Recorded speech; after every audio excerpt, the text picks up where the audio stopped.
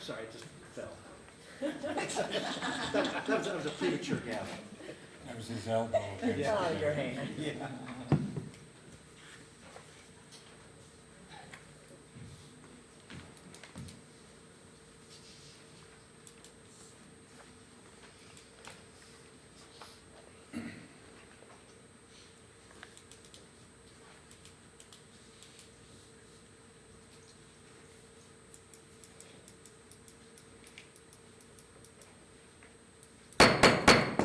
Good evening, everyone. Welcome to the Whitehall City Council meeting for Tuesday, October 2024. If we would, please everybody rise for a moment of silence, which I see our attorney already has, followed by the Pledge of Allegiance.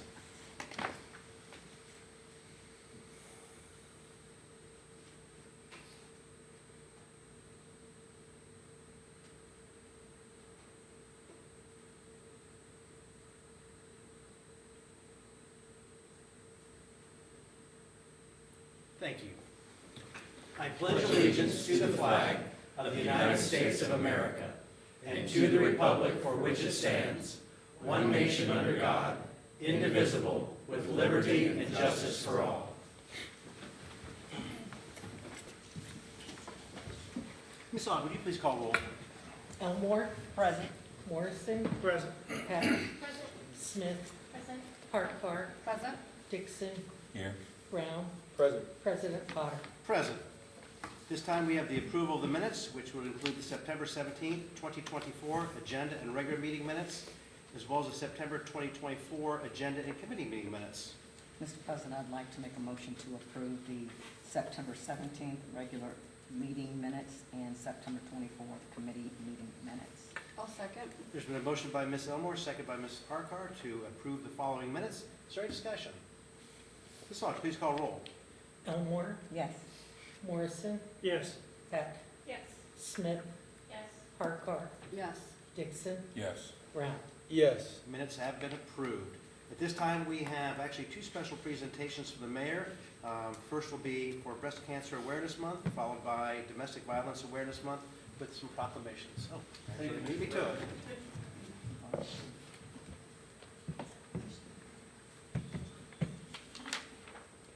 Good evening. I have two proclamations. The first one reads, whereas breast cancer is one of the most common cancers affecting women in the United States, with 1 in 8 women being diagnosed with this life-altering disease in their lifetime, and whereas early detection through regular screenings and mammograms remain a vital tool in the fight against breast cancer, increasing the chances of survival and improving treatment outcomes, and whereas National Breast Cancer Foundation RISE campaign, which stands for Rally and Screening Everyone, encourages all women to prioritize their breast health by scheduling and undergoing regular screenings to detect cancer at its earliest stages. And whereas the City of Whitehall stands in solidarity with the millions of women and men who have been affected by breast cancer and honors the strength and resilience of survivors, as well as the dedication of medical professionals and caregivers who offer hope and healing. And whereas the City of Whitehall encourages all residents to take part in Breast Cancer Awareness Month by supporting local, national, and global efforts to promote awareness, education, and access to early detection services for all women, especially those who face barriers to health care. And finally, whereas during the month of October, we recognize and applaud organizations such as the National Breast Cancer Foundation for their ongoing efforts in providing education, support, and services like the National Mammography Program to those in need. Now therefore, I, Michael T. Bivens, Mayor of the City of Whitehall, do hereby proclaim October 2024 as Breast Cancer Awareness Month in Whitehall and encourage all citizens to join in raising awareness, supporting survivors, and contributing to the fight against breast cancer. And it's signed on this first day of October 2024. Secondarily, whereas domestic violence remains a critical public health and human rights issue that affects individuals, families, and communities across Whitehall and beyond, causing lasting physical, emotional, and psychological harm. And whereas in the United States, 1 in 4 women and 1 in 7 men will experience severe physical violence by an intimate partner during their lifetime. demonstrating the urgent need for collective action to prevent such violence and provide support to survivors. And whereas the City of Whitehall stands in solidarity with victims and survivors of domestic violence, joining the national observance of Domestic Violence Awareness Month in October to shed light on this critical issue and mobilize our community to take action. And whereas the 2024 theme for Domestic Violence Awareness Month is Heal, Hold, and Center, calls upon us to center to survivors, especially those from marginalized communities, as we work to heal from the impacts of domestic violence and hold space for survivors with compassion and understanding. And whereas it is essential to continue the supporting organizations and initiatives dedicated to ending domestic violence through education, advocacy, and survivor-centered services, as well as holding abusers accountable for their actions. And whereas the City of Whitehall is committed to fostering a community where every individual can live free from violence and where survivors receive the support, resources, and justice they deserve. Now therefore, I, Michael T. Bivens, Mayor of the City of Whitehall, do hereby proclaim the month of October 24 as Domestic Violence Awareness Month in Whitehall and encourage all residents to participate in local awareness activities, support services, and help create a community dedicated to safety, healing, and justice. And then finally, because Breast Cancer Awareness Month has its own run that it does, the City of Whitehall will be hosting its first annual Purple Run. You've seen these yard signs throughout the city. We have extra yard signs, and our Parks and Rec director is here. If you would like a yard sign for your yard, you can also sign up with a QR code. I'm showing this to members of council, as well as everyone that's tuning in. There's a QR code right here on the yard sign that you can actually sign up and support this Domestic Violence Awareness Month run in the City of Whitehall. All proceeds will go to the Peer Center, as well as the Center of Hope, and it's going to be a great time supporting survivors of domestic violence. Thank you.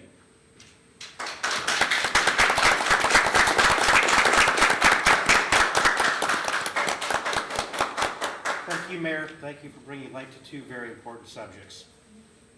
Our next special presentation is Dolly Crespo, Associate Director of Operations and Child Care at Whitehall Community Park YMCA, and Ebony Connor, also YMCA City Council Impact Report and Middle School presentation. Ready for me? I am ready, and welcome. Let's go, Dolly. Okay.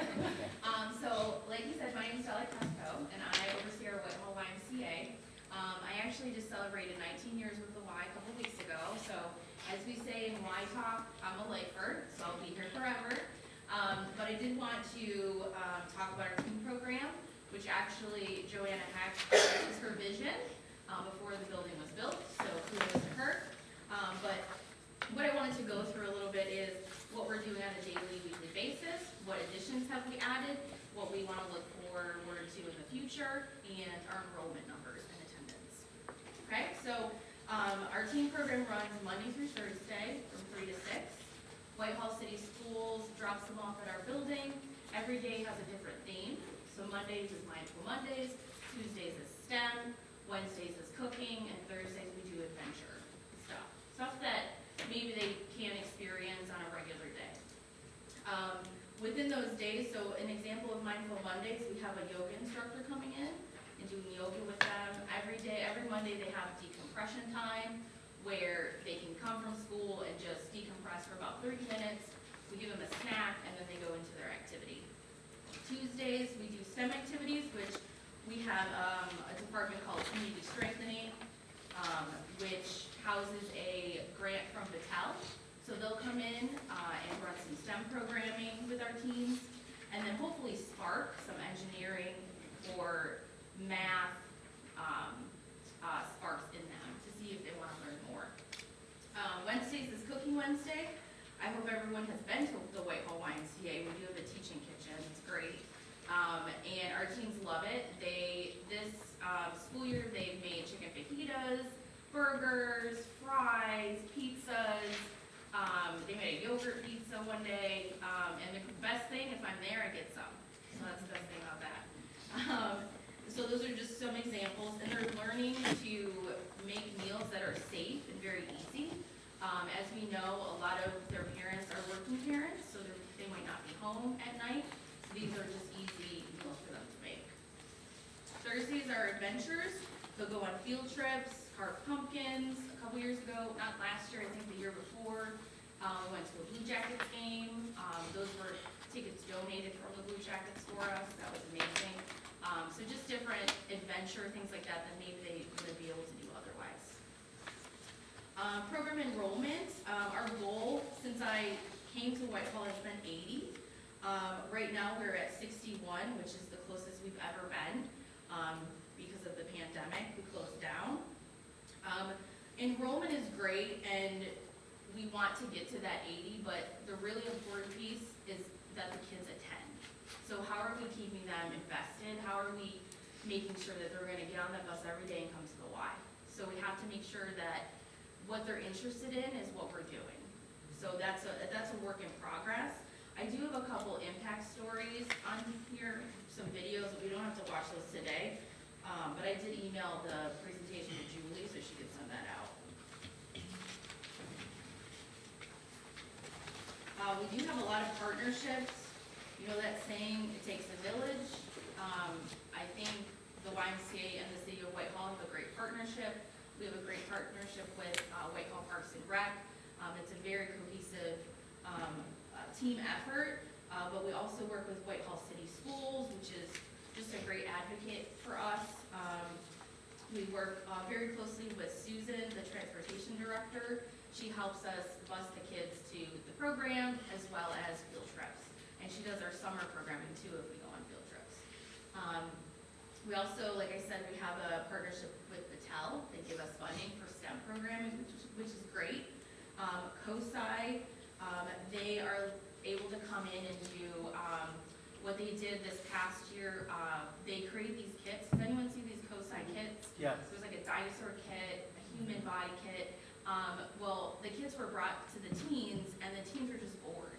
So instead of making them do something that they're really bored with, what COSI did instead was kind of pick their brain about what they want to see in these kits, what could be modified for their age group. So that's kind of what it kind of morphed into, because the other kits were school age or elementary. So that was a really good factor that came out of it. Local Matters, we have a partnership with them. They come in and do nutrition education, and then we cook. Pathways Financial Credit Union, we just started this year. They're doing a finance education every week. So teens like money, right? So let's talk about money, how we can make it, how we can save it, how we can spend it, how we can invest it. So they're modifying it, and so it's for that teen age. Ohio Guidestone is a great partner. They're also in Whitehall City Schools. They come and do mental wellness with us, and have some activities geared toward a healthy mind, spirit, and body, which is part of our mission. Some of the things that we're adding to the program, which we added last year, it's called Hello Insight. It's a social emotional learning survey that the students take about how they're feeling. Do they feel safe at home? Do they feel safe at the Y? Just really about what the culture is around them and how we can help them do better in social settings, whether it's at home, at school, in recreation, or in their community. Let's see what else. Our enrollment plans to increase. We hired a new team director. Her name is Cassandra Lee. She's amazing. Cassandra Lee will be working in Rosemore 3 days a week to help foster that relationship and just kind of be there as representing the Y. Let's see here. We attend every event we can in the city of Whitehall to make sure we're exposing ourselves and offering and showing what programs we offer and trying to go out to the community rather than them having to come into our brick and mortar, which has worked the past couple years. It's great. When we went to the Rosemore Rams Day, just that night, we enrolled 50 students into this program. So it's all about going to the families rather than making them come to us. We are talking to the high school about having a teen talk forum to kind of see what else we can do for our high school students, because this is middle school based, but what do our high schoolers need in the community? Is it volunteerism? Is it social justice? What do they want to learn, know, thrive in, that kind of stuff. So that's coming up probably next quarter.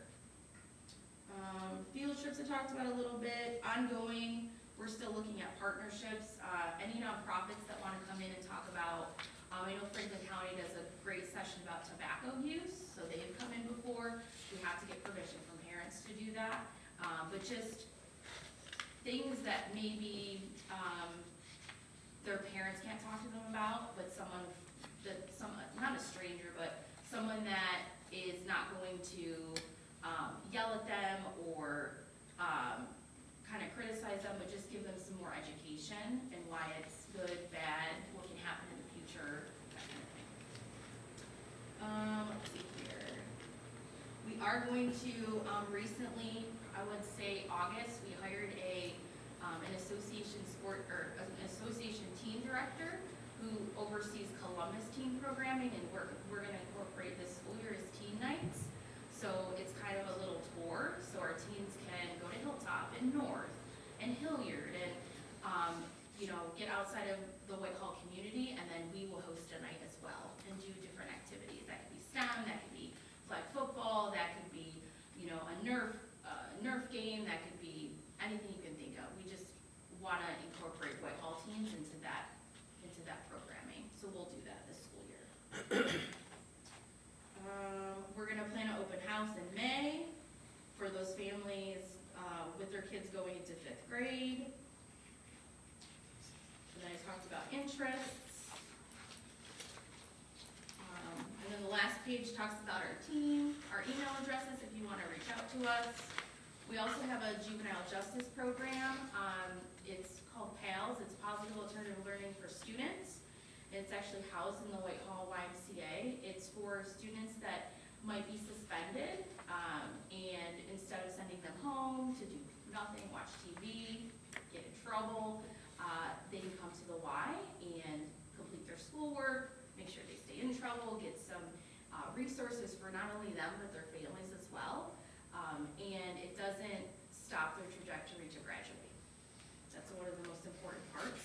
Another program that we just started this year was an alternative program for middle school students, which is also housed in the Y, but it's a partnership between the middle school administration and our PALS program. So now there's a certified teacher to both help the middle school students and the high school students. And it's not all on us. We're not teachers. Teachers do it best. So it's been a great partnership so far. We just started that this year. And that's it. Any questions? I have slides too. Yeah. First, I'd like to thank you for coming out and giving us a wealth of information. Of course. I'm really impressed by the decompression, reflection, and adding of yoga Yes. to. They really like it. We were very surprised. Yeah, the yoga. Yes. The question that I have, and I don't know, I'll call it teen speak for lack of a better word. Yeah. I think you spoke of, teens will get an opportunity to talk about different things that are affecting them at home and all of that other stuff. And my question is, how is that information gonna be used? And is it gonna be a counselor that's speaking with them, or just? The teen talk is more about what we can do at the Y to engage them in programming. We don't know what programming yet because we don't know what they want to see. So a lot of the times when I talk to high school students, we don't have a gymnasium, we don't have a pool, but we have a turf, we have this beautiful park, we have a teen hub. Like, what in those spaces can be done that you can think of, that you would want to be a part of? It's not really, we're not trying to investigate what's happening at home. We just want to, there's nothing to do. There's nothing for them to do. So we want to know, what do you want to do? How can we be innovative with our spaces and accommodate that age group? Okay, Yeah, thank you. you're welcome. I had a quick question. Well, first of all, thank you for coming out and sharing. I appreciate it. I'm curious to know, I know you said that there were some impact stories, links to them here, but just for the people who are listening, are you able by chance to share how young people have shared how this program has impacted them or made a difference, just for people listening? I don't have a specific, do know one, I mean, there's a family, and she's a staff person, so that's how I know the impact story. But her daughter was very shy. I don't know if Joanna can remember her, Becky Booth. Oh, yeah. Yeah, she lives here in Whitehall, and her daughter comes to our program, and before that, her daughter was very shy. She plays an instrument. She felt, pretty embarrassed about playing an instrument, which I think is cool, but maybe just got I'm old, I don't know. But she did share with me last school year that it was the best thing for her to socialize and come to the program. And it just takes that one friend that you meet, or you see, another bandmate in the room with you, and you're at ease. So I think if we could just get the teens to come, that will happen for every single one of them. So I'm sure there's more, but that's just the one I know. Thank you. But now she's like a social butterfly. I'm like, what are you doing? Out of her cocoon. Yeah. I have two things. First of all, I want to thank Counselor Heck for the work she did to make this happen. But also, I want to say thank you for your presentation tonight, Ms. Crespo. I mean, just amazing. This is like the Lord's work. It really is. Helping these kids and giving them something to do and everything.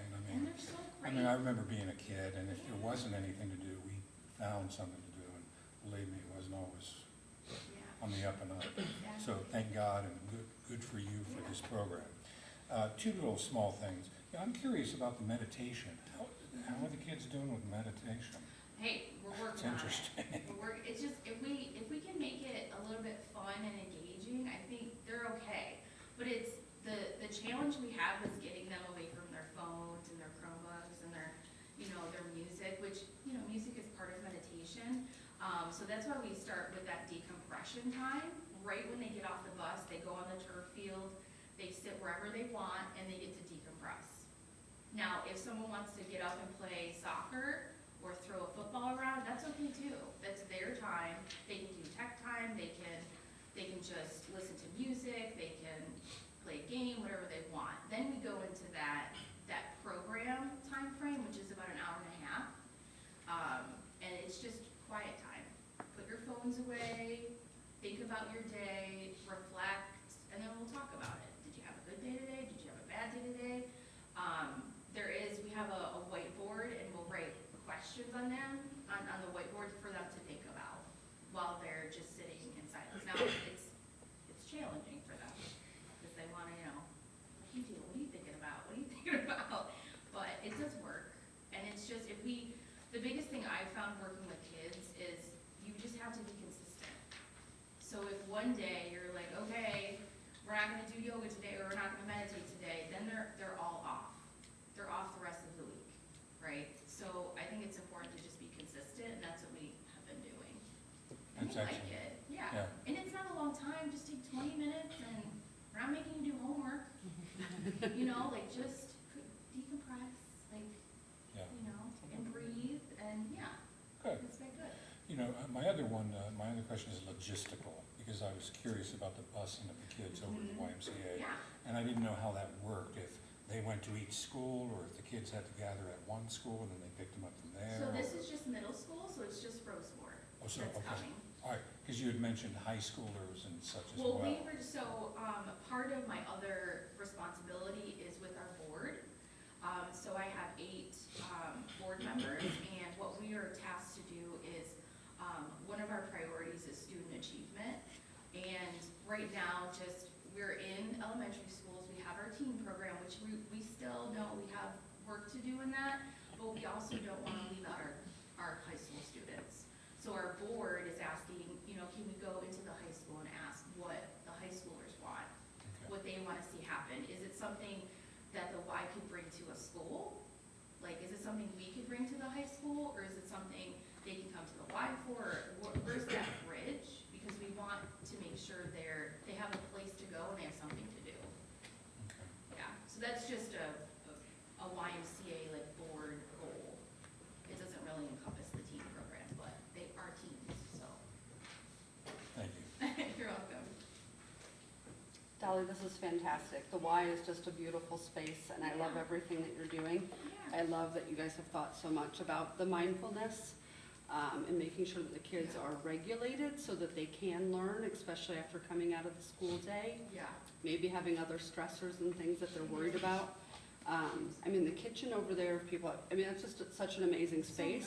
So nice. It's We so have unique. refrigerators, it's like brand new. Yeah, it's a beautiful space and the soccer field, everything, so I think that your whole team is just awesome, and I just really appreciate everything you're doing for the kids. Thank you. Well, thank you guys. Thanks the city of Whitehall. Couldn't do without you. So. Anything else? Man, you guys Well, are I easy. too would like to chime in and thank you for coming. I think it's a wonderful program and very beneficial, and it's encouraging to see your numbers go up, so it's getting traction. Obviously, I think the kids are talking to other kids, and I hope so. yes, well, they're talking, you know that, but just hopefully encouraging them to bring some friends with them, so. Yeah. But yeah, very nice work. Are we going to hear Ms. Connor speak?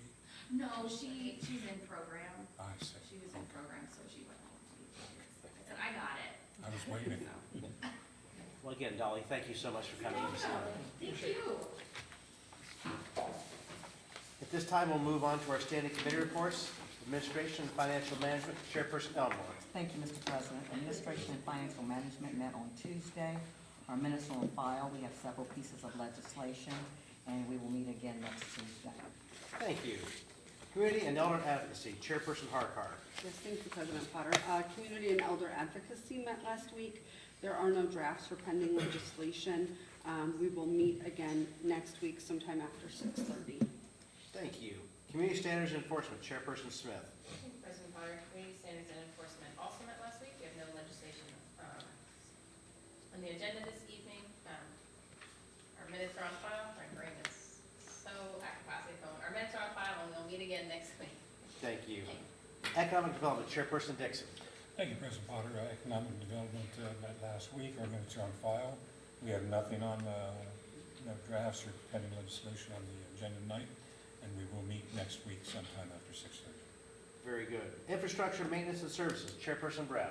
Thank you, President Potter. Infrastructure Maintenance and Services met last week. Our minutes are on file, and we plan to meet again next Tuesday after 6:30. Thank you. Public Safety, Chairperson Morrison. Thank you, Mr. President. Public Safety also met last week. Our minutes are on file. We have one item up for consideration this evening, and we will meet again next week sometime after 6:30. Okay, thank you. And Parks and Recreation, Chairperson Heck. Thank you, Mr. President. Parks and Recreation met last Tuesday. Our minutes are on file. We have no legislation being voted on tonight. We will meet again this coming Tuesday sometime after 6:30. Thank you.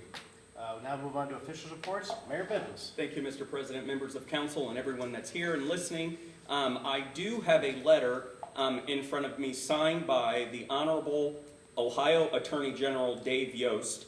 And this letter reads, on behalf of the Ohio Attorney General's Office, the Ohio Peace Officer Training Commission, and the members of the 2024 Ohio Law Enforcement Awards Committee, I would like to publicly congratulate on behalf of these three entities, as well as the Mayor's Office for the City of Whitehall, our Chief Mike Crispin of the City of Whitehall Division of Police, for being recognized and chosen as the 2024 recipient of the Ohio Distinguished Law Enforcement Blue Line Award. Congratulations, Chief.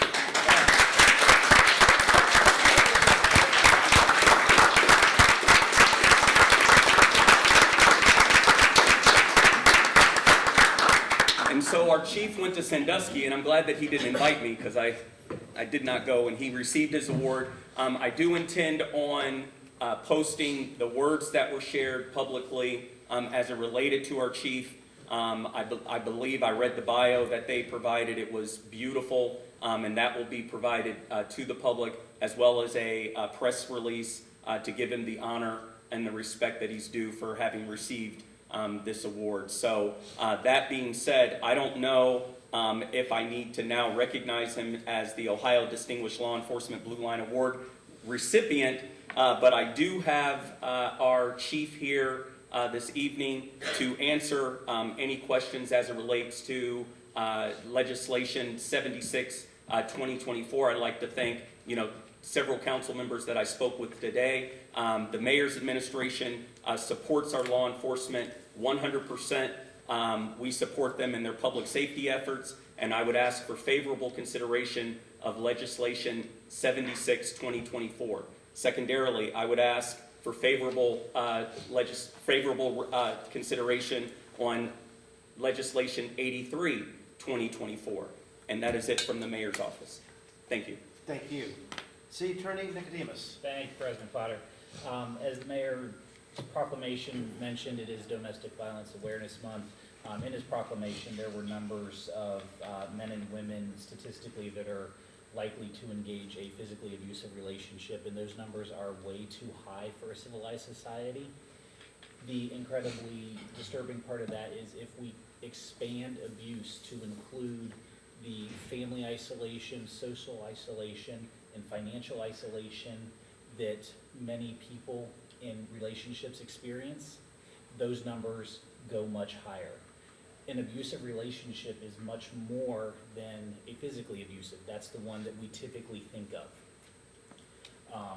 But those other, when a perpetrator isolates someone from their family, from their friends, they control the finances, that too is an abusive relationship. Unfortunately, it's not always one we can prosecute. Those relationships, statistically, are going to end up in a physically abusive relationship. So when we can identify our family and friends, statistically 1 out of 2 of us, actually more than 1 out of 2 of us, knows someone in an abusive relationship, either physically abusive, financially abusive, emotionally abusive. It's hard. I know someone in one, and it's hard to sit there because even if it hasn't become a physically abusive relationship yet, when a person goes to leave a financially abusive, a socially abusive relationship, that can be the precipice that turns it into a physically abusive relationship. The most dangerous time is leaving an abusive relationship. So as we go throughout this month, just walk around, and as you walk around, just think, this person could be experiencing something we have no idea. So it is a dangerous situation. Another thing that a lot of people don't realize is a domestic violence perpetrator who has become physically abusive to their spouse is statistically more likely to engage law enforcement.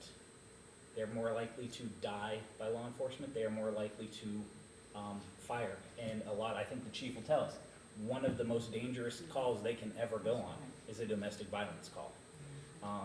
So it has such wide-ranging effects. So we have 1 month that it's focused on, but there are groups out there, the city's attorney's office, prosecutors.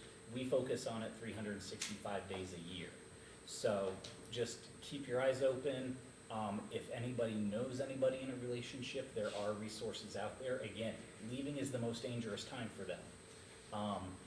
If they can do so, they can contact, there are resources throughout the county. They can contact city attorney's office. We can help them create safety plans to get out of those relationships. Sometimes it's as simple as having that go bag ready and being able to get out and knowing when to get somewhere safe. Sadly, we did it about a month ago. There was a victim that came in and we helped her hide until the perpetrator could be arrested. And the chief and his team, they did a great job finding the person. I think they went 2 or 3 counties and then finally found him back in the county. So it is a systemic problem in society. I don't know the answer to fix it, but if you know someone in those situations, the best thing I can say is just be there for them. And again, be available. And hopefully, 1 person at a time can break that cycle, and that's how we have to deal with it. That said, I don't often pipe in on legislation, but ordinance 76, 2024 is up for third reading tonight. I think it, from the city attorney's perspective and prosecution perspective, this is going to be a very useful law enforcement tool. And so I'd ask council to consider it favorably tonight, so that we can get that rolling, to be able to use with our law enforcement prosecution of cases. Thank you. Thank you. City Auditor Quinzel. Thank you, Mr. President. First off, I was asked during the agenda meeting for some more details regarding ordinance 84, 2024. This goes back to a loan agreement with Huntington Bank in 2017 for some energy improvements to the City Hall, police, and fire stations. The amounts are paid twice a year. And as I've mentioned before, we don't put money into the debt service fund until we need it, because once it goes in there, it cannot come back out other than to pay debt service. So we wait until we have firm knowledge of the amount of the bill and put it in. This bill is due in October, and this particular loan will be paid off in 2032. Other than that, we were notified by the state auditor's office. They're the ones doing our audit review for 2023. Currently, we were notified that they would not be continuing next year in that role. And today I got notification that Julian and Grube will be returning as our independent public accountants and doing our audit for the next 5 years after the state finishes this year. Other than that, I appreciate favorable consideration on ordinances 84, 85, and 86, and resolution 26. Thank you. Director of Public Service, Rollins. And I'd first like to, I'm still new, so I'm still getting used to that. but I'd like to make one comment. It was nice to see all the construction equipment off of Broad Street. I don't know how long of a rest period we have, but it was nice. Okay, well, that's what I have for you tonight. So, Sorry, I didn't mean to steal your thunder. it is actually starting this week.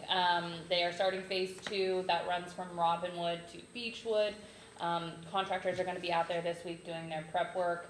That means that the southern lanes, which currently run eastbound, will be closed, and the northern lanes will now accommodate eastbound and westbound traffic. So, sorry it was very short-lived. You had a couple of weeks, but when you're out there, please be cautious, slow down, make sure we're aware of our folks out there working. So, What's the time frame for that?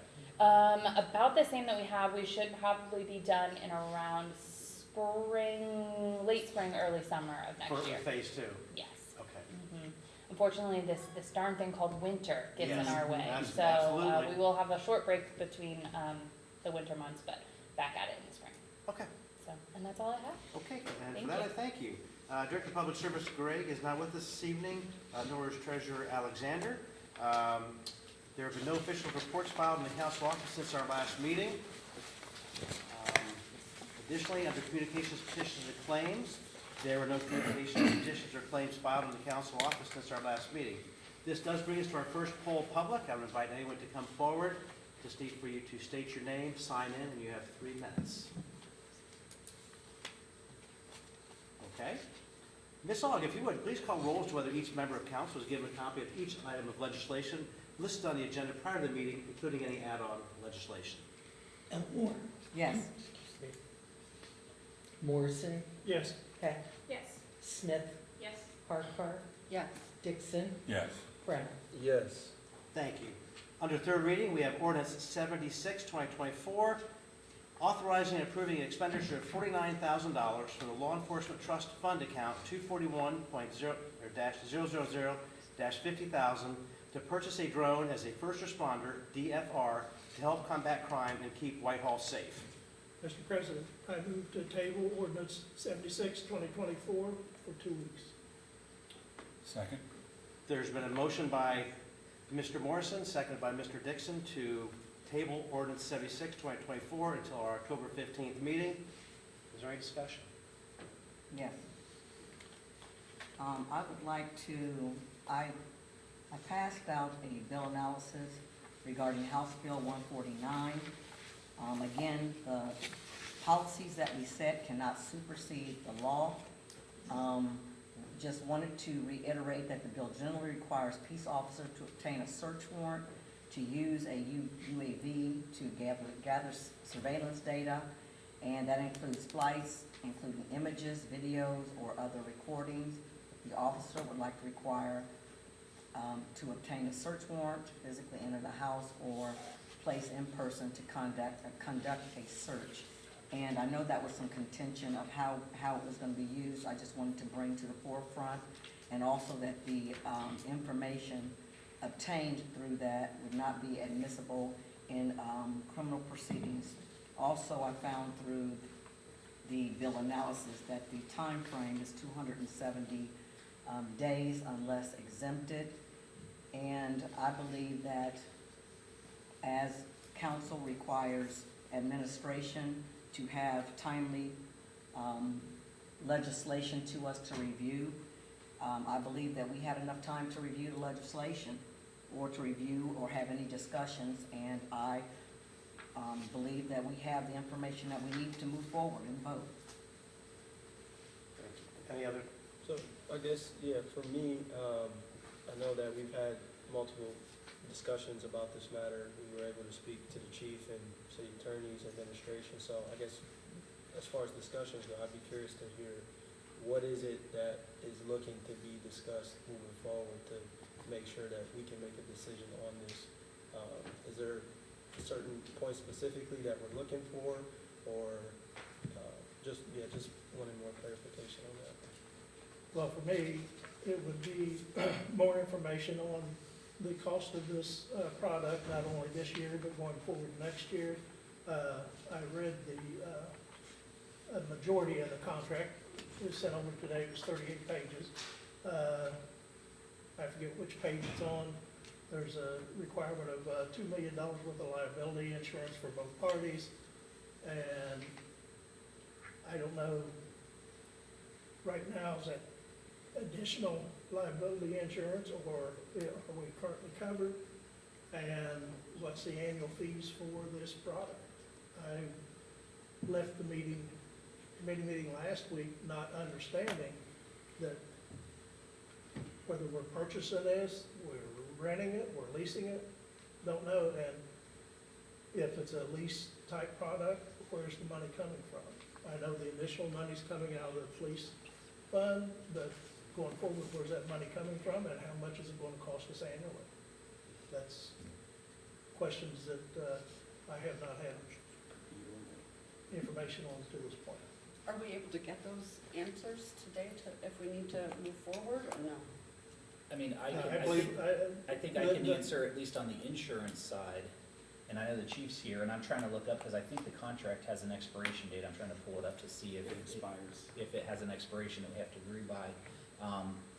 But in reviewing the contract, the $2 million, we have to have that policy, but the drone falls under our citywide comprehensive umbrella insurance policy, which I believe has at least $2 million. It does. So it falls under our policy, so the insurance part for that is covered for it. It's got the, I'm looking for Mayor saying, and because I thought I saw it in here when we went over this, the expiration date on it. And my understanding and my interpretation of the contract is this is the cost, and it's not a lease, this is the cost. So I don't know if the chief can answer any other questions, but my understanding of this contract is this is the cost, and there aren't going to be ongoing costs with it going on, barring a few weird exceptions, because I think it even covers the repairs on it. And so Chief could probably answer those questions a little bit better on some of that, but to go to the insurance side, it'll be covered under our citywide umbrella policy, which has more than the $2 million because we have a police department, and so we have to cover that anyway. So it'll be covered no different than a police cruiser. So the insurance side is covered. And then And may I ask a question, Mr. President? Yes. Just so that I get an understanding, is the thought behind the future aspect of the contract that there is a tendency to forbear making a decision tonight over something speculative that may occur next year? Because ultimately, the contract, it has an expiration date. It has a proof of concept built into the contract. It has a proof of concept even built in for it being a law enforcement trust fund purchase. And as council knows, and I certainly don't want to begin to counsel as it relates to the different funds, this fund has to have a legitimate law enforcement purpose. That's what the legislation was drafted for. It is not an item that is coming out of general fund dollars. At some future point, if council wants to review this, or if this is brought before council again to renew the contract, very similar to the way that I've brought legislation tonight to renew our insurance contract, then council will have that decision again next year. So to forbear a decision based upon a consideration next year, I'm just trying to get understanding, is that a part of this consideration for table? Because that's somewhere a year from now, and it's speculative on whether or not we would even continue with this service, because there are unknown variables between now and next week. Definitely unknown variables between now and next year. And there's a presumption that we're going to renew the contract, and then there's a presumption of if it's going to be a budgeted item, and I guess I'm in budget mode now because I'm thinking about 2025. There's a presumption that I'm even going to ask for it in the 2026 budget, and I don't know if I'm going to be asking for it in the 26 budget. But that's all. I just wanted to get clarification. Is a part of the hesitancy to forbear deciding now based upon something speculative in the end of 25? Because If I may respond. we don't know. I don't know. It's all speculative. And if we don't, right now, we're saying, let's invest $49,000 into this product, and if the administration is not committing to continuing this going forward, then is it worth $49,000 for 1 year? And I respect that, and the thing about it is this is not money that any taxpayer in the city of Whitehall has made a contribution for, because it is in the law enforcement trust fund, which was legitimate seizure dollars that were from legitimate law enforcement purposes due to the hard work and effort of our law enforcement department. And our law enforcement department is asking for this drone for purposes of its first responder, to keep all of our officers safe and to do its job. And so that's why it is being asked through the law enforcement trust fund. As far as to term it an investment, I wouldn't go as far as calling it an investment. It would become an investment if it becomes a budgeted item that the city of Whitehall is asking our taxpayers to use our general fund dollars to pay for it at a future point. But that, I cannot tell you that will be a future consideration, because both myself and Chief, we're going to be evaluating this as a tool, and if it is something that we're not using that justifies and warrants it to come before council again, then we're not going to bring it to council. That would be irresponsible.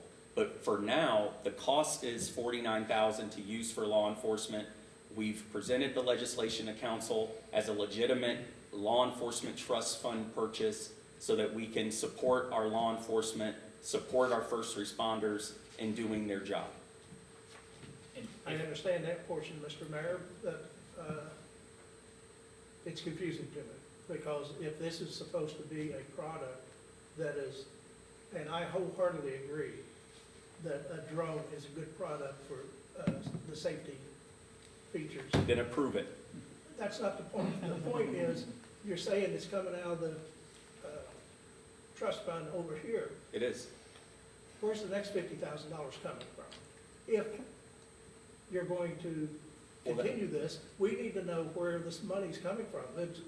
Well, Mr. Morrison, I can't tell you where it's coming from next year because we're not into next year. Well, I'm surprised that the research into this drone has not gone deep enough to know whether or not it's a product worth having for a long term.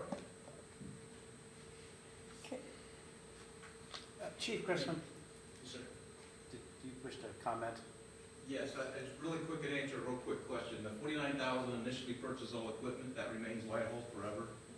And the service agreement from that 49,000 or whatever that price will be later, I would hope we'd be able to negotiate, would just be for their services, for their maintenance, for their software. We could fly the thing on our own. We would have the license as ours. If that went away, we still have the drone. It's still ours to use. We would just lose their software. We would lose their maintenance. We would lose their support. But we would still have the equipment. It's still ours. And there's no understanding from that company as to what that continued service would be. Software support, maintenance support. The cost. But not a number. No, there's not a number yet because we're not there yet. It could change. Right now, I think if you were to ask them, they'd probably say 49 again. They'd probably say 49 again. That's not been my experience.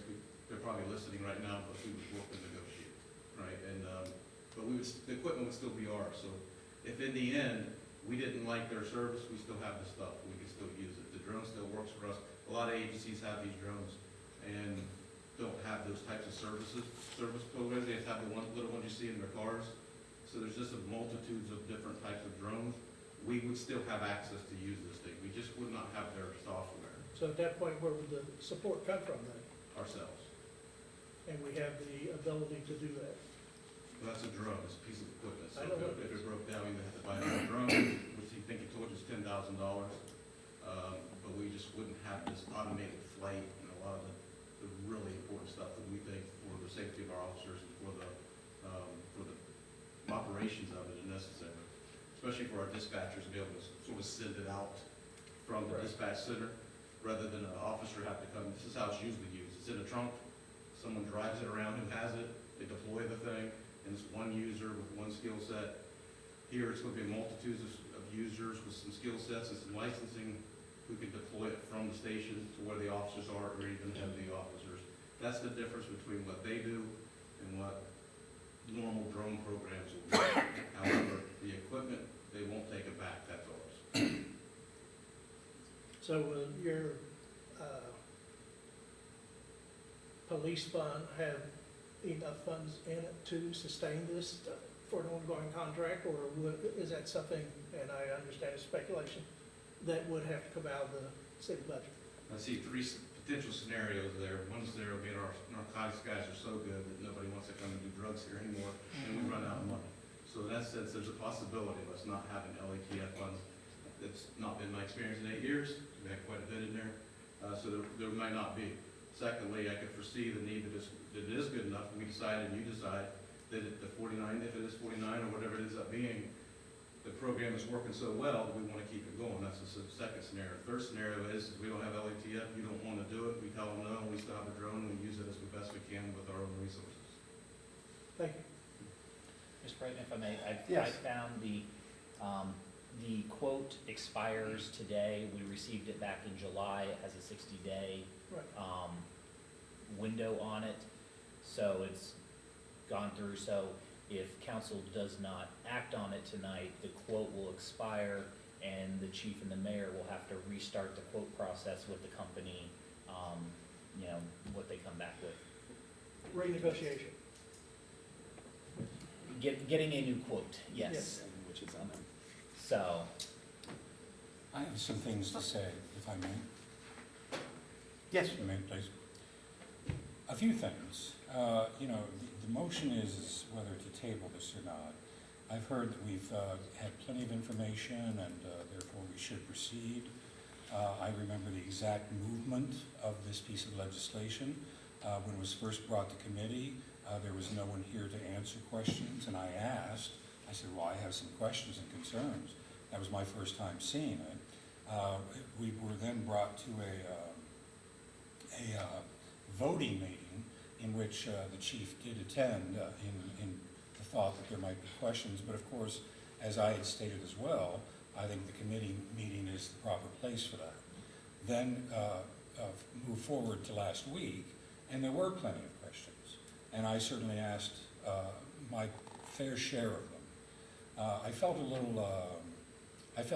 little pressure because I was asking so many questions, but I asked them for the citizens' sake that I actually cut about 5 of them out because I felt that I was taking people's time too much. So that is how the movement has gone. I would say based on the information that we have or haven't had, the fact that people are answering questions right here, right now, at the voting meeting, as we are about to vote on this legislation, says that indeed there are more questions, there's more information to be had. And to that, I would say that is one of my concerns as well. I feel that this legislation was brought to council, I don't want to say in a cavalier manner, but in a manner like, well, here's the legislation. It's where we want drones. We want safety for Whitehall. We love our police department, and that was it. Little thinking that there might be citizens or one of us up here that would have questions and concerns about privacy and how the drone is going to work, et cetera, et cetera. So, to that end then, a couple things. I only recently found out about the $49,000 price tag. This could be an ongoing price in the future. And I also had a ton more questions submitted to me by residents that weren't simple little questions, but very good questions, and all of which deserve a hearing. And I'm sorry, I keep looking at you, Chief Crispin, I can look around the room. But I think that all of those deserve attention as well. And I think something like this, that has, this is not an inert piece of legislation.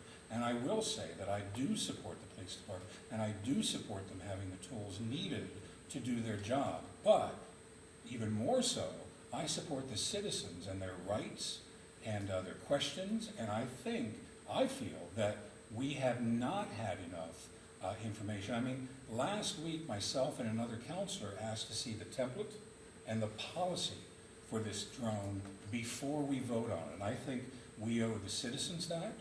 I think we owe good judgment towards voting for this legislation that. And only today did I finally receive those. It was my understanding at the behest of another council person that asked for it. So it was asked for a week ago, and I haven't seen it until today. And it's about 40-some pages of various aspects of drone policy. And I'm going to read that in about an hour and a half or so. And even answers that you may give me today, right here, right now, am I going to absorb all that? Am I going to discuss it with constituents? Are they going to have an opportunity to say anything to me? I say no, that won't happen, that this is too little too late at this point. And it's not that I'm against the drone and its use by the department for the proper and best reasons for the Whitehall safety, but rather having the clearest, most concise, most comprehensive answers to all the questions and all the information that we need, and to that end, putting it to 2 weeks from today, I don't think is asking a whole lot. And at that point then, with all of the information gathered, I think we can make our clearest decision, which I can't right now. And that's what I would say. The Thank quote you. does end today, though. I think that's I don't know what that would look like several weeks from now, just to I put that understand out that, there. but I didn't ask them to bring this up to the ledge. And the ledge is not the people's problem. With enough answers, with enough information, which has not been given us, indeed, we could make a decision right here at the ledge. But that's, the fact that it's at the ledge and we're still talking about and still need answers and still have questions and everything else is not the citizens nor my fault. Well, I'm sorry you feel that way, but I mean, you just said that you didn't ask all the questions that you had last week when we had someone giving us a presentation, when we had the chief here to answer our questions. So to a certain extent, it is your fault if you don't feel like you got the answers you were looking for. And I can appreciate, I mean, last week we talked about privacy specifically. That seemed to be a very big address of concern. I thought that it was relevant. I thought we had a good conversation, that we went forward with an understanding, at least based on that. But if you have more things that you were uncertain about, I felt like that was the time to ask that. And like I said, my question tonight is, are there specific things, again, if you have more questions, or if citizens have more questions, what are they specifically that haven't been answered so far? Well, I'm not gonna ask them here tonight, I didn't even know the chief was coming in, and despite that, how can I process the answers to these questions all within minutes of voting? And the real fact of the matter is however many questions are asked, however many more questions people have, the fact is how much information was given. And like I said, I and another council person last week asked for the template policy, and that's a lot of reading, that's a lot of understanding, and I didn't receive it until today, late in the afternoon. That's not enough time. And I think based on my asking for it last week, that's a lot of, why was it held for a week and only brought forth because another counselor finally made a call and asked for it to be proffered? So all of that equals 2 weeks, I don't think is an inordinate amount of time, despite it being on the ledge. Thank you. Ms. Elmore, did you have something? Can I look up my question? Or do you wanna? Go ahead. So what if we do table it, what is like the process to get a new quote? Anybody?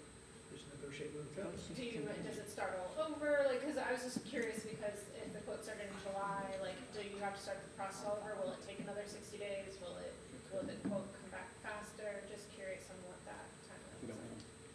Any ideas? No, we don't know. Oh, you don't know, okay. So. I mean, price could go up. I mean, things could change, Okay, Or it could go down. oh, sorry, that was question Just one. just like next year. Since you understand that. Yes, I Right. know. Okay, and so my follow-up, and thank you so much, Chief Person, for giving us all that information. Not fully understanding, I guess, the policy, because I didn't have time to read over all of it. That is really like where my concern lies. I'm not saying that, you're not gonna use it correctly or well, but that is like something that we have to determine if these funds are used for a specific purpose, and that purpose falls under the policy. I didn't know if maybe you could elaborate more on what your policy procedure is gonna look like. Are you gonna draft it before, the drone, we're able to use the drone? I don't know, maybe could you talk a little bit more about the policy, I guess? Sorry. Can I ask a follow-up with that then, Ms. Heck? I'm sorry, I'm losing my question as quick as it came in. It is a template policy that was sent to us, right? That is not, and we Well, can read all there's- 40 pages of that, but Yeah. that's not what's actually, like, that's a template coming from the drone company. If I remember, you were talking about this. You did do a, robust presentation for us last week, and they answered a lot of these questions. So I guess better understanding the template policy, if that is not what is actually implemented, I'm not sure how that helps us move forward. It wasn't just a template, he sent a lot of different policies. So that's why I was just curious, like you said, you're gonna pull from a lot of different things. That is really my only, I just wish we had more policy kind of in place to be able to vote on it. Chief? So I was hoping maybe you could clear some of that up. So if I can, our existing policies were the majority of the attachments you got are existing policy. We don't need a drone policy.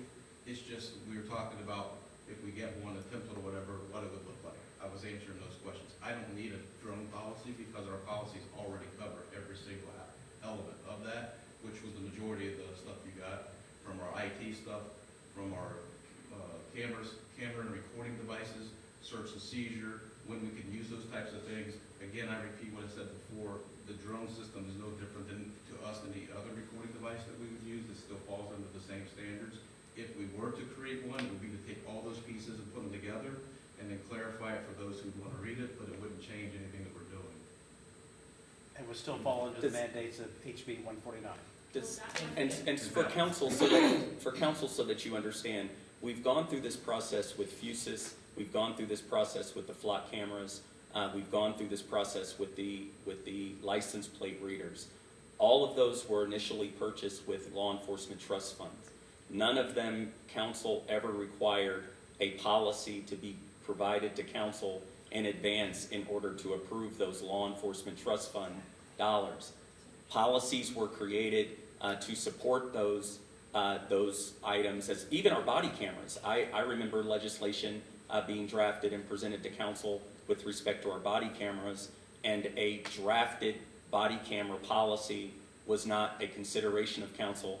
I even have questions, and I might even ask for a city attorney opinion as it relates to this, on whether or not it would even be in council's purview to even legislate the actual policy. I believe that would be an administrative matter, but that's another discussion.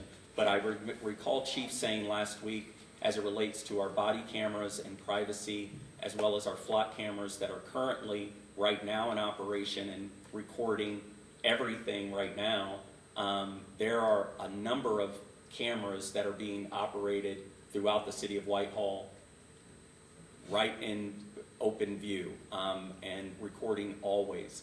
This law enforcement trust fund purchase of a drone has the specific purpose of supporting our law enforcement when they are doing calls for service, when they are going on SWAT, when they are doing accident reconstruction, all of those things. So at least for purposes of the law enforcement trust fund consideration, it is our belief, and I know that Councilmember Dixon intimated that it was brought to you in a cavalier way. I take exception to that, in that there's always, every occasion that I have asked council to provide questions, I constantly say, I have an open door policy. I constantly ask for you to ask me questions, and yet every time it seems that the questions are held until we come to an open meeting, and then I've got to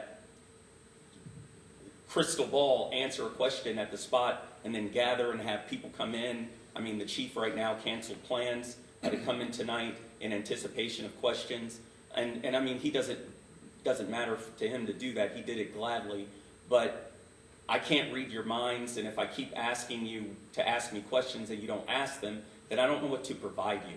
And all I want to do is work with you. I hope you want to work with me. But more than that, I want the citizens of our city to be safe.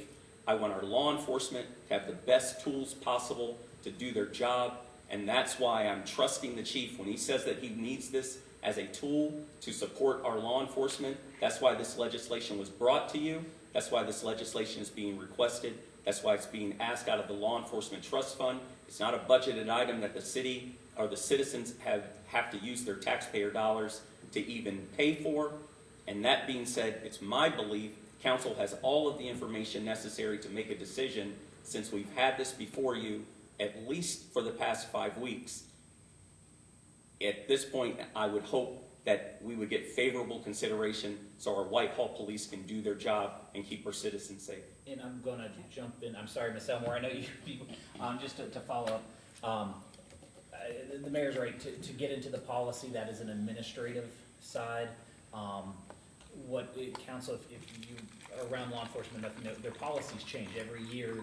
Lexipol, which does our policies, and police chiefs, they look at best practices and those policies change. That's why it's an administrative thing. And every time those change, those don't come to council. That is purely an administrative function that falls outside of the purview of council to approve, review. Having it for your information is one thing, but I don't know, it's not appropriate for council to set policy for these, because that falls under the administrative function and the separation of powers.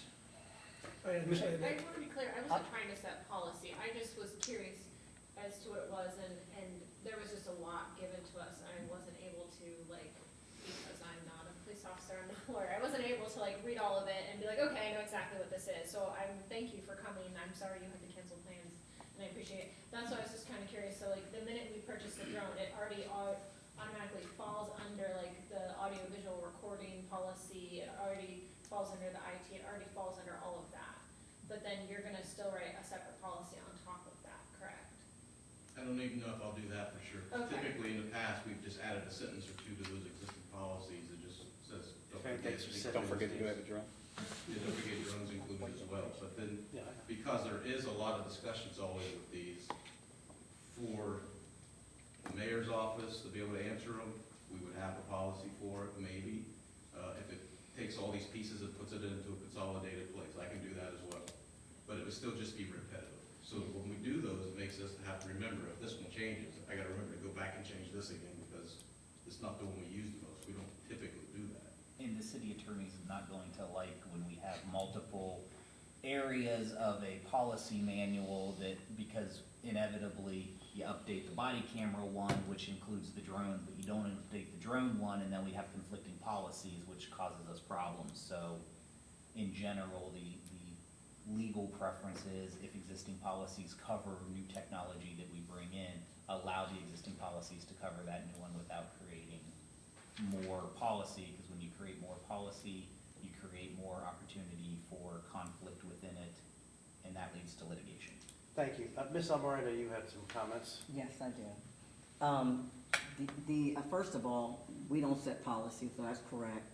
And my question would be, what does the policy have to do with the purchase? We have 7 bullets of summary from a bill analysis that make sure that when the chief prepares to write his policy, that he will stay within the confines of the law. It probably already has with the other existing. Exactly. The other thing is with regards to Counselor Dixon and saying he hasn't had an opportunity. You've had an opportunity to do your due diligence, not just 2 days out of 2 weeks, but you have 14 days, if not more than that. You provided an ACLU document that you authored, pulling information from. And the other thing is Chief, is the seizure money, you guys get seizure money, it is your money, right? You're not asking us for the budget money for this drone, you have it already in your fund. Why are you just using it? Why did it even come before council? Because it doesn't have to. Well, It With- does with regards pursuant to to- ordinance, Yes. because it has to have a law enforcement, purpose. and I guess that was where I wanted the policy clarified, that it's gonna be used for the specific things if we're Yeah. gonna fund it. That fall That under is- the that law is what enforcement I trust don't wanna account. get into the nitty-gritty, like I said, I'm not a police officer, so that is really my kind of concern, sorry. They're not asking for additional monies. They're just asking for a tool and equipment. A policy is not within our purview. Correct. But they're not asking for additional money now, but what about next year or the year after? But They then- get 'em- That's with anything though, isn't it? I mean, that Well, could but be we- anything that we- could come up next year. We could But also it's a- say no. It's a if- blank slate, we don't even have an estimate. There should at least be an estimate out there. For next If year's, if this company's in business and legitimate, they know what they charge annually, and we could get they could have gotten a ballpark figure as to what that cost perceivably could be going forward. But it's my Most understanding companies that- do that. But it has to be negotiated too, right? Like, it's not just, they tell us a price and we go with that. Like, That's right. And so, and I think They it goes, should be able to give you a parameter as to what they're charging current customers for this same service but today. So, but again, to the mayor's point, that's if we renewed it, because it may prove that it was not the tool that we had hoped it would be. Very similar to our insurance renewal. Which It changes was a every year. possibility, and then 1 of 2 ways it would get funded, whether it goes to the law enforcement trust fund again, provide there's funds to do it, or it's a line item on the mayor's budget. So it would come in front of council regardless of Regardless. where it got funded. So whether it was 49,000 or 25,000 or 75,000, council would still have the purview to vote it up or down. Is that, Then, but that's next. that's next year, somewhere right? and- But you in gotta the look future. forward to plan a budget. And We have the money now. I'm done. Okay, I think- so, I think Councilor Smith. No, I said I'm done. Ms. Smith? I wanted everyone to finish their thoughts. So, I am also in agreement with tabling it, but I want to explain where I'm coming from to Mr. Brown's question earlier. So, anytime I start going down the rabbit hole, whether it's development or this or whatever, I stop and I pause and I ask myself, what am I being asked? Because sometimes we're asked specific questions and things influence that surrounding the issue. And so I went and looked at the Law Enforcement Trust Fund. And I'm not gonna read the whole thing. But in part E5, and that's what I assume this is pertaining to, because 1, 2, 3, and 4 aren't directly applicable. So it says, for other law enforcement purposes that council determines to be appropriate. And so when I'm looking at this, I need to determine if it's an appropriate use of funds. Yes, it's a drone my decision stops right there. I want to understand the purpose. And thank you, Chief Chrisman, for answering my email and my phone call while you were out of the office yesterday. I greatly appreciate that. I was able to skim and kind of quickly understand what you shared with me, and kind of took some quick notes. You know, you said there's policy manual 425 applies to the audio visual recordings. 458 applies to the license plate reader. 322 applies to the IT technology. 418 air support. 805 protected information. And so that's what you were talking about last week when you said it's straightforward, we're gonna pull it together. And I understand that. I really appreciated the examples you sent as well. And I think for me, I can't speak for everybody, what I'm narrowing in on is everything else that comes along with the job. I appreciated the example you sent from Rose City because it was enacted 2 weeks ago. What I'm looking for is, and again, I'm not a law enforcement officer, I don't eat, sleep, and breathe this stuff. And so while there are things that are obvious to you, I think there are some things that aren't clear. And what I most appreciated about the documents you shared was under procedures. They made a list, 1 through 9. These are the incidents in which the drone would be used. And maybe to you and to other law enforcement officers, it seems very obvious and very clear. But I think this is where it gets tricky. This is where the internet starts to go into a place of someone's looking in my window, which we know legally cannot happen. There are some obvious rail guards. But I think the 2 example documents you sent us, I'm not sure, to your point earlier about having things in 2 different places, my understanding from this example document you shared was it was more about procedure, who can and cannot do it, what things will and won't be done. They listed, 1, search and rescue, 2, fleeing suspects, 3, tactical deployments, and so on. And so that provided a great level of clarity to me and I think the public. I'm not asking for information to be duplicated. But for the sake of my understanding and standing behind my choice of going forward with this, for me, to clearly understand its purpose, having some type of something, these aren't large documents, this was 5 pages and I think the other one was like 2 pages. But they very clearly show to us and the public, what is it we're asking this technology to do for us. I'm not trying to set policy, I want to see it. And what you shared answered a lot of my questions, to your point. I appreciate House Bill 149 being shared with us. It's my understanding, please someone correct me if I'm wrong, that this is not yet enacted, but it has a wide amount of support, so we can assume it's going to be enacted. And to the point of, this is a 3rd reading, we've had time, I appreciate that. But I know when we have the presentations like the one we received last week, that they're going to answer a large amount of my questions. And so, asking every single question I have ahead of that is, in my experience, not always the most helpful, because it's probably going to be answered in a presentation. And so, I took notes, because I'm not a ad-lib person. So when I look at this, the power of determining its purpose falls onto council, and for me, to determine that this is appropriateness, I want to fully understand it and do my due diligence. As other people have said, it's not I'm for or against it. I just want to completely understand what I'm voting for, and that's regardless of anything. Sometimes I am able to make those decisions quicker with less information. With something like this, to Mr. Brown's point last week, it's not new technology, but it's technology that,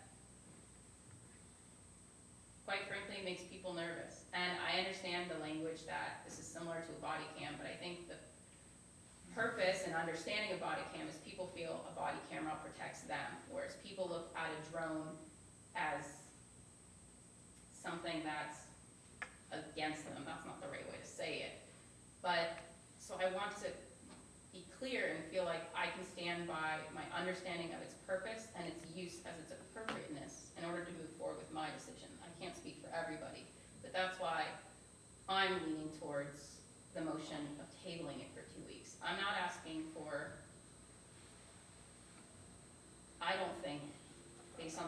given. I'm not asking for every single detail to be worked out, but I think there's some obvious details that would clarify things for me and for the public at large. I don't know, that was a lot. I appreciate you responding to the original question. I thank you for that. And I also think that if you have that conviction in your heart, then, you know, it is your choice to do with what you want, and I respect that. So, you know, from my point of view, I think, you know, I could be wrong, I don't know, but I thought that during the presentation, we talked about the things that the drill will be used for. I don't know if there's anything else that you Well, would I can add just say to. two quick things, and these are really quick, I think. Well, it's actually one quick thing and a question. The first quick thing is that to a little bit further clarification of LEPF, there's actually two checks and balances. One is what you just read. That's a check on you folks to make sure that I don't spend law enforcement trust funds for things that aren't, you don't agree is law enforcement related. Don't buy my neighbor a car, for example. That's what some people went to prison for. But in reverse of that, if I'm the second check to make sure that the city doesn't use it for sewage and other stuff, right? So it's a two-part check. We're both needing to be in agreement that the law enforcement trust fund is being used appropriately to meet the law. That's the first part of it. And the thing that I would just ask, and normally I'm not that confused about stuff, and I'm starting to get a little confused by a lot of the questions. I'm really beginning to ask, what is it we're concerned with? I thought we discussed them, but I don't really know. Are we concerned that our law enforcement officers are going to do something with this thing they shouldn't be doing beyond what we already use? I mean, it's really starting to feel to me like a lack of trust for our police all of a sudden. I don't know where that's coming from. So a question, everybody or? For everybody, it's this sort of concern. I understand the concern for citizenry, and that's why we have town hall meetings, we discuss these things. If I gave you a policy, you could read it this week, and it literally could change in 6 months.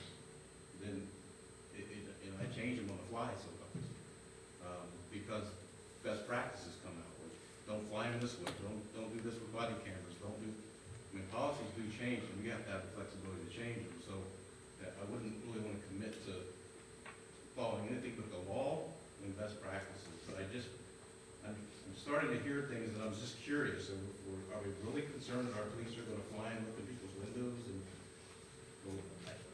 I wouldn't tolerate that. Chief, I would say this isn't about you, this isn't about the mayor, this isn't about the current situation. I mean, it could be for some people, they feel that way, they don't trust the police, they don't trust the administration, whatever it is. But the fact is doing something like this, what we are doing for the people and their civil rights and their right to privacy is sacrosanct. Is sacrosanct. And so regardless of whether it was Mother Teresa establishing it and putting it forward, nevertheless, for those people, because those things are so important, we must have things in place in order for perhaps not you, but a future chief, a future administration, to know that what they do will be in the guidelines of the rightness of this. And that's what it's about. It's not necessarily about you or anyone else right now, but rather what's in the future, what could possibly happen in the wrong hands. And you know that yourself, having spoken about the Holocaust last night. I mean, that's a massive leap, but nevertheless, when authority gets their hands on things, it could go awry. Not to say it will with you, not to say that that is the case here, but we have a future to think about as well. And our citizens deserve that guardianship. And Mr. Dixon, the only thing I would say to that is, they've already got the policies in place for the body cams and things of that nature, which this will fall under. And it's on the chief's purview as the administration for the police department to change policies as things change in life and best practices. And that's not something that can be nailed down forever and ever. And so I think those things are already there for this. I was just trying to respond to the chief's question. I totally agree with you, sir. And what I'm trying to get at is, I feel like our policies and things I've said have answered all those questions. So when I say I don't know what you're afraid of, I don't know what other things to there's still things out there. I'm not sure what it is you want me to answer. What are the specific questions that we need to ask the chief, and so that he is not coming back and forth, specifically, as we've read the policies, as we've read the law, as we've read this document by Councilman Dixon, what specific questions do we have regarding concerns that we have for this piece of legislation? And that's what's on the table right now. Not what happens in year 2026. Who can see that? Nobody. The issue is that's what the issue is, and that has to do with your civil liberties document that Council you President, handed a us. point of order, It also please. has to do with, I'm speaking, She's got her time to speak. I'm speaking. She is I'm speaking, sir. Thank you. Mr. It has to President, do with point of the order. ordinance Mr. Dixon, she 76, gets her time to speak as well as everyone else. authorizing and approving the That's not it. expenditures for $49,000 from law enforcement trust fund account for a drone purchase as a first responders. It is a tool in the toolbox for them to use. It is not a policy that they have right now. We have a policy, but to add to that policy, the law will allow for it. There have been several hearings regarding this law. It was introduced sometime back earlier this year. They've had several hearings on it. It's gone to special committee, and they came back with an analysis, a 7-point bullet analysis, which basically is a Reader's Digest version of what the law is. And if we cannot go by what this says to purchase a $49,000 drone, then what are we sitting here for? So- If we cannot use this to do what we need to do. Okay, Ms. Albarn, I think you made the point quite succinct. I think we have beat this thing pretty hard. There's a motion on the floor I have to one table. last thing to say in response. Well, no, In response, please. to, You To what? you can't say certain things and not expect them to be challenged. And there's a couple things that have been said that I feel that need challenged. no, Mr. Dixon, we need And to move. I would like to speak. No, I know, I appreciate that, and you can speak later. We are now moving forward on this. I Well, think. isn't this like actual question? Excuse me, I have something to say about what has been said by the mayor, et cetera, that deserve their hearing. And first of all, when Ms. Elmore speaks, Councilor Elmore, and she's mocking me, that was the point of order. Second of all, I did not take that as mocking, Mr. Dixon. Second of all, the fact of the matter is that a flock camera is not the same as a flying machine with infrared and camera capability and the possibility of invading people's rights and privacy. That is a fact. We say that we've had enough time. When this was first introduced, the mayor himself said, I'm not an expert, I'll try to answer the questions that I have. Chief Criskman is probably the better person to answer these questions. And the chief can answer whatever questions he has, but then we had a presentation. This was on down the line. It makes it seem like we were just kind of hanging out and not really doing our due diligence, and that is not correct. The fact is, and it still remains, that we have not had enough information at this point, and I think that's what backs up the need for 2 weeks to table it. That's it. Thank you. Thank you. Okay, last comment, Ms. Smith. To your directive about specific questions, I guess, so my question is there anything in the use of the drone that's flexible? And it's not that there's a distrust, I think maybe it's a lack of education on my part and the public's part. Kind of looking through all these bits and pieces,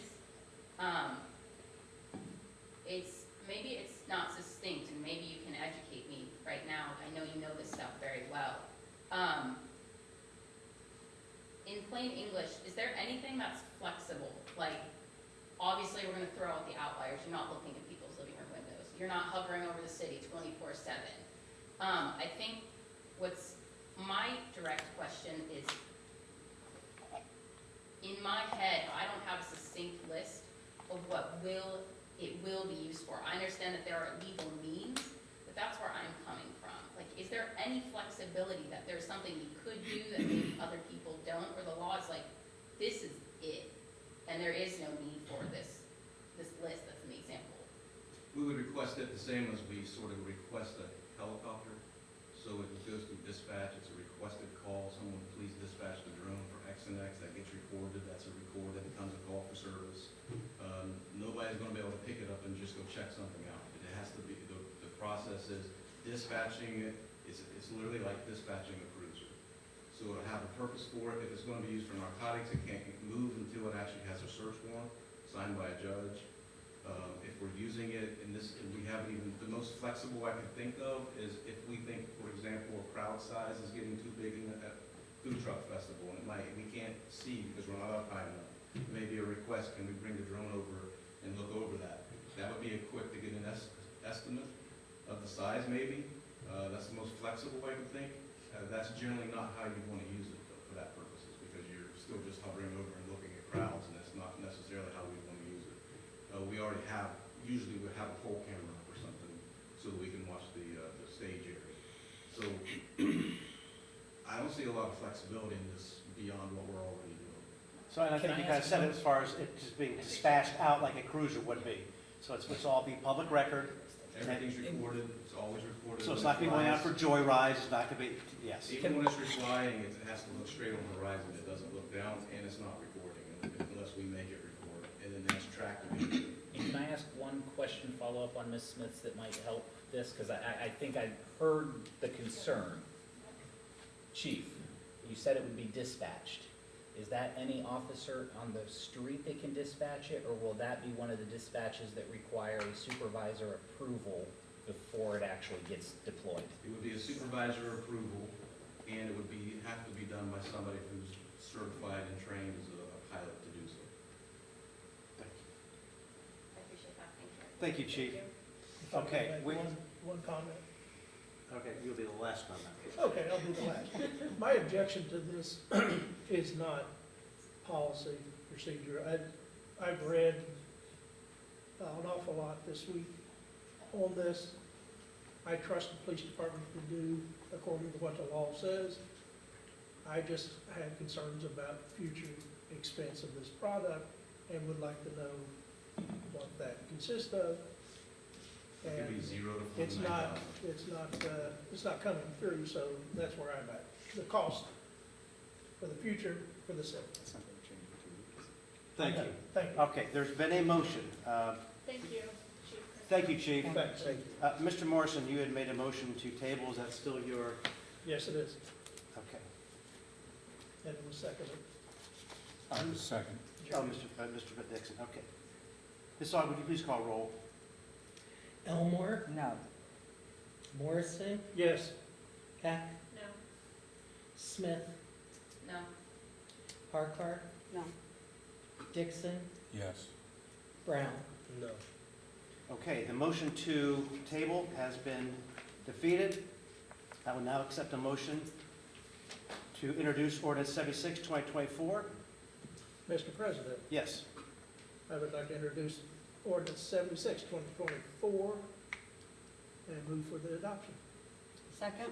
There's been a motion by Mr. Morrison, second by Ms. Harkar, to introduce ordinance 76, 2024, and for its adoption. Is there any discussion? Ms. Aug, please call roll. Elmore, Yes. Morrison, No. Heck, Yes. Smith, Yes. Harkart, Yes. Dixon, No. Brown. Yes. Ordinance 76, 2024 has been adopted. Now moving on to second readings, we have ordinance 79, 2024, which is read by title only, authorizing and approving an appropriation transfer in the amount of $15,500 from the WCP refunds expense account 101.750.55 thousand to the rec park fund expense account 101.700.59 thousand and declaring an emergency. We now move on to our first readings. First item is ordinance 83, 2024, authorizing the mayor to enter into a contract with the Public Utility Pool of Ohio, PEP, and declaring an emergency. Mr. President, can I speak on this? Yes, but I was going to take a motion to have it. Oh, go ahead, sorry. Okay. I'm too quick. Mr. President, I would like to introduce and move the adoption of ordinance 83, 2024. And to suspend Oh, rules. and suspend all the rules, my apologies. Thank you. Second? There's been a motion by Mr. Dixon, second by Ms. Harkar, to introduce ordinance 83, 2024, and for suspension of all rules. Is there any discussion? Yes, Mr. President. I had contacted the mayor on this issue. The ordinance was for $185,000, and he had previously stated that the price was $225,000. I was just curious as to the reduction in coverage, and was there any reduction in any coverage in any of the areas covered in the legislation? He replied back, there was no reduction in coverage, and I thank him for that response. Thank you. Ms. Aug, will you please call roll? Elmore, Yes. Morrison, Yes. Peck, Yes. Smith, Yes. Harkar, Yes. Dixon, Yes. Brown. Yes. Rules have been suspended. Move to adopt? Second? Motion to adopt by Mr. Dixon, second by Ms. Harkar. Any discussion? Ms. Aug, please call roll. Elmore, Yes. Morrison, Yes. Peck, Yes. Smith, Yes. Harkar, Yes. Dixon, Yes. Brown. Yes. Ordinance 83, 2024 has been adopted. Ordinance 84, 2024, authorizing and approving a fund transfer in the amount of $67,365.37 from unappropriated monies in the General Fund 101 to Debt Service Fund 401 and declaring an emergency. Mr. President, I'd like to introduce ordinance 84, 2024, and move for the suspension of all rules. Second. There's been a motion by Ms. Elmore, second by Mr. Morrison, to introduce ordinance 84, 2024, and for suspension of all rules. Is there any discussion? Ms. Aug, please call roll. Elmore, Yes. Morrison, Yes. Peck, Yes. Smith, Yes. Harkar, Yes. Dixon, Yes. Brown. Yes. Rules have been suspended. Mr. President, I move for adoption. Second. Been a motion by Ms. Elmore, second by Mr. Morrison for the adoption of ordinance 84, 2024. Any discussion? Ms. Aug, please call roll. Elmore, Yes. Morrison, Yes. Peck, Yes. Smith, Yes. Harkar, Yes. Dixon, Yes. Brown. Yes. Ordinance 84, 2024 has been adopted. Ordinance 85, 2024, authorizing and making an appropriation in the amount of $312,899.50 from unappropriated monies in the PD Enhancements Grant Fund 230 to the PD Enhancements Grant Expense Account 230.000.50,000 and declaring an emergency. Mr. President, I'd like to introduce ordinance 85, 2024, and move for the suspension of all rules. Second. There's been a motion by Ms. Elmore, second by Mr. Morrison, to introduce ordinance 85, 2024, and for suspension of all rules. Is there any discussion? Ms. Aug, please call roll. Elmore, Yes. Morrison, Yes. Peck, Yes. Smith, Yes.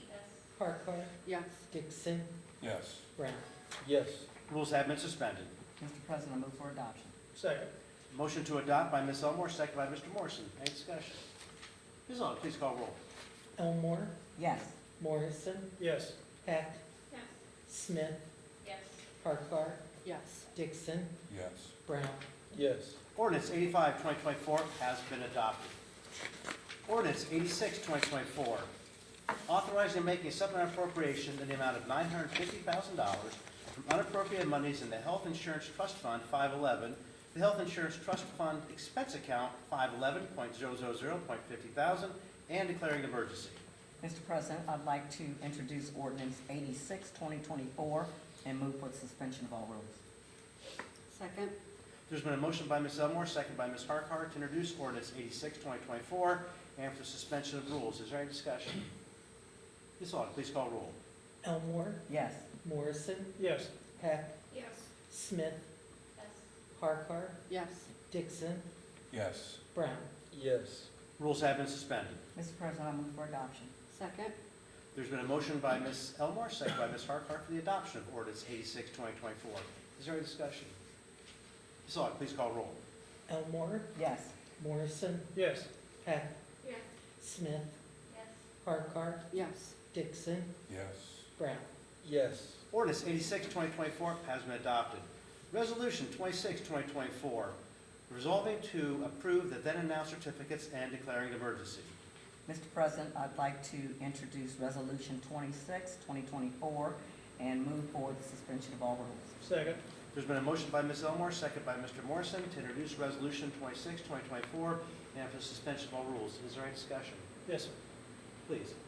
Yes. Would like to thank Mr. Quinzel for his response on the questions on this then and now. Appreciate that. Certainly. That's all I have. Thank you. Ms. Aug, please call roll. Elmore, Yes. Morrison, Yes. Peck, Yes. Smith, Yes. Harkar, Yes. Dixon, Yes. Brown. Yes. Rules have been suspended. Mr. President, I move for adoption. Second. Motion for adoption by Ms. Elmore, second by Mr. Morrison. Any discussion? Ms. Aug, please call roll.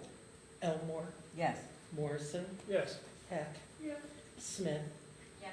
Parker, Yes. Dixon, Yes. Brown. Yes. Resolution 26, 2024 has been adopted. Our final piece of legislation this evening is Resolution 27, 2024, which will be read by title only, which reads approving the recommendations of the City of Whitehall Tax Incentive Review Council for tax year 2023. I will now move to our poll public, our second of the evening. Once again, I invite anybody to come forward. I'm not seeing anyone. So before we move on to Community Date Board, I would now accept a motion to go into executive session under ORC 121.22 G8. So moved. Move to go into executive session. Okay, Mr. Morrison, that was second by? Second. Okay. There's been a motion by Mr. Morrison, seconded by Ms. Elmore to go into executive session under ORC 121.22 G8. Any discussion? Ms. Aug, please call roll. Dixon, Yes. Morrison, Yes. Smith, Yes. Heck, Yes. Elmore, Yes. Brown, Yes. Parker. Yes. We are in executive session. Yeah, we want to go in the back.